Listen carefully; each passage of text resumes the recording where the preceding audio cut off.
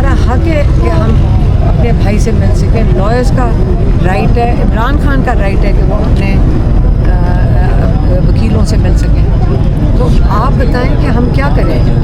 ہمارے پاس تو اور کوئی چارہ نہیں رہا کہ ہم یہاں بیٹھے رہیں جب تک ہم ان کے اوپر یہ خیال میں واضح نہیں کر دیتے کہ ہم یہاں سے نہیں جائیں گے. اور یہ ہمارا جو حق ہے اس کو ان کا کام ہے کہ ہماری ملاقات کروائی جائے. اچھا میڈم, سلمان اکرم راجہ صاحب بھی یہاں سے جا چکے ہیں اور کچھ ایم این ایز آئے تھے, جمال احسن نیازی کے علاوہ باقی ایم این ایز بھی یہاں سے جا چکے ہیں. تو میڈم کیا آپ کب تک بیٹھیں گی؟ دیکھیں میں تو صرف بات کر رہی ہوں, میری بہن نورین نیازی اور ہم یہاں بیٹھے ہیں, اور اگر کوئی ساتھ بیٹھنا چاہتا ہے تو ان کی بڑی مہربانی. ٹھیک ہے, شکریہ. نہیں تو یہ ٹائم ہو چکا ہے, اور پھر کیا ابھی آپ کی پولیس والوں سے بھی بات چیت ہوئی؟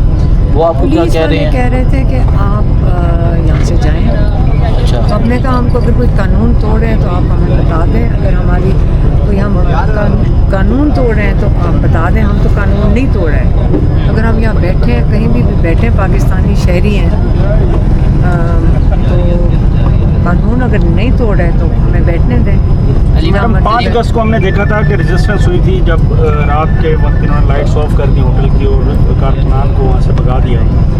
آج بھی کوئی ایسی کوئی اسٹریٹجی اگر بناتے ہیں تو آپ کیا پیغام دیں گی جو لوگ یہاں پہ آپ کے ساتھ بیٹھیں گے؟ میں تو کہوں گی کہ باقیاں کوئی نہ ہو, تاکہ ان کے اوپر یہ تشدد نہ کریں. کیونکہ جب 5 اگست کو جب ہم چکری میں ریسٹورینٹ میں بھی بیٹھ گئے تھے تو انہوں نے لوگوں پہ لاٹھیاں چلائی تھیں اندھیرے کے اندر, اور لوگوں کو گرفتار کرنے کی کوشش کی. تو یہ ذمہ داری نہیں میں چاہتی کہ ہم نہیں اس چیز کی چاہتے کہ کسی کے ساتھ زیادتی ہو اور کسی کو جیل میں ڈال دیں. ہم صرف اپنی اور اپنی بہن کی, یہ تو میں کہہ رہی ہوں ہم بیٹھے ہیں کیونکہ ملاقات تو ہم نے کرنی ہے. کارکنان سے آپ کہیں گے یہاں سے چلے جائیں یہ لوگ؟ ہاں, میں تو چاہوں گی کہ اگر پولیس کچھ کرنے لگے تو ان کو یہاں نہیں ہونا چاہیے. اچھا, لاسٹ ٹائم آپ کو کہا گیا کہ دہشت گرد آ چکے ہیں, اس دفعہ بھی کوئی اس طرح کی کوئی آپ کو بات؟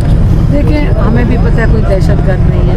ہمارے لوگوں کو, ہم اپنے لوگوں کو تو کبھی دہشت گرد کہتے نہیں ہیں. تو کہاں سے آنے دہشت گرد, یہ بھی نہیں ہمیں پتہ کہاں سے آتا ہے. تو اس قسم کی باتوں سے ہمیں نہیں فرق پڑتا ان چیزوں سے. اور یہ ملاقات تب بھی کہا ہم کروا دیں گے, نہیں کروائی. تو اگر ملاقات, اور مجھے بتائیں کہ ہمیں یہ بتا دے کوئی کہ کیا طریقہ ہے کہ ہم اپنے بھائی کے ساتھ ملاقات کر سکیں. میڈم آگے 14 اگست یوم آزادی, یہاں بات کی گئی آزادی کی, کہ آزادی ہوگی, فریڈم آف اسپیچ ہوگی, ہر طرح کی آزادی ہوگی. تو آپ دیکھ رہے ہیں اس پاکستان میں آزادی ہے, یا جو آرٹیکل ہے, یا جو عمران خان نے کہا آپ اسٹیج لکھ لیں حقیقی آزادی کے لیے. حقیقی آزادی تو نہیں ہے.